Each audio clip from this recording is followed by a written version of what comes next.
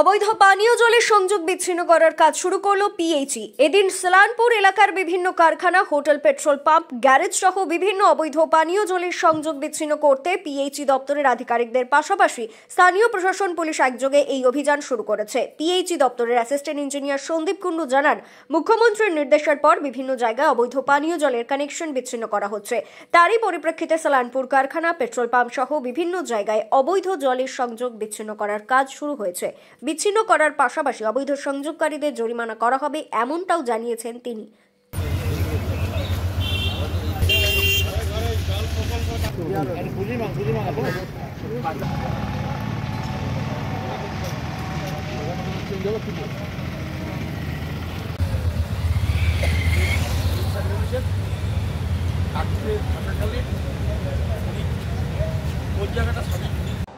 Video প্রশাসন, SP প্রশাসন, আমরা পিএইচির প্রশাসন, আমরা এসে এগুলো সালানপুর ব্লকের কালকে সবাইকে মোটামুটি আমরা ওয়ার্নিং দিয়ে গেছি যে আপনারা নিজেরা যদি কাটেন ঠিক আছে, আর যদি না কাটেন পেনাল্টি ইম্পোজ হয়ে যাবে, পেনাল্টি ইম্পোজ হবে।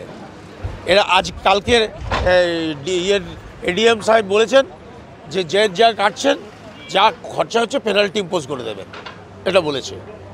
এইবার আমরা আজকে সালানপুর ব্লকের এই বেঙ্গল অক্সিজেন বলে একটা কারখানা আছে, সেই কারখানাতে দুটো লাইন গেছি ভিতরে, সে দুটো লাইন আমরা ডিসকানেক্ট করলাম এবং এরপর আমরা আল্লাডির মোড় যাবো। আল্লাডির মোড়ে গোটা রাস্তায় যতগুলো আছে একদম পেট্রোল পাম্পগুলো, এমন কোনো পেট্রোল পাম্প নেই যেখানে পিএইচির ইললিগাল কানেকশন হয়। কতগুলি অবৈধ কানেকশন রয়েছে যেগুলো আজকে কাটা হবে?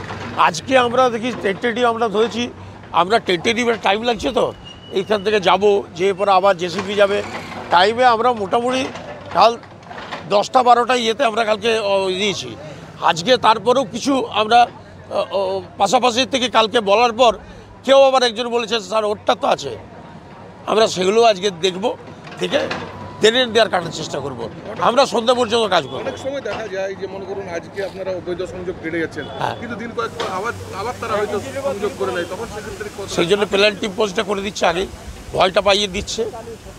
মানে এই যে কাটা হচ্ছে এটা কি মানে জরিমানা কোনো কিছু করা হবে? হ্যাঁ, কালকে এডিএম সাহেব বলেছেন। আপনার নাম স্যার? আমার নাম Sandip Kundu, assistant engineer PHE আর সেফটি ডিভিশন। কি কারণ রয়েছে এবং কোন কোন জায়গায় কাটা হচ্ছে অবৈধ? বলবো, আমাদের এটা মূলত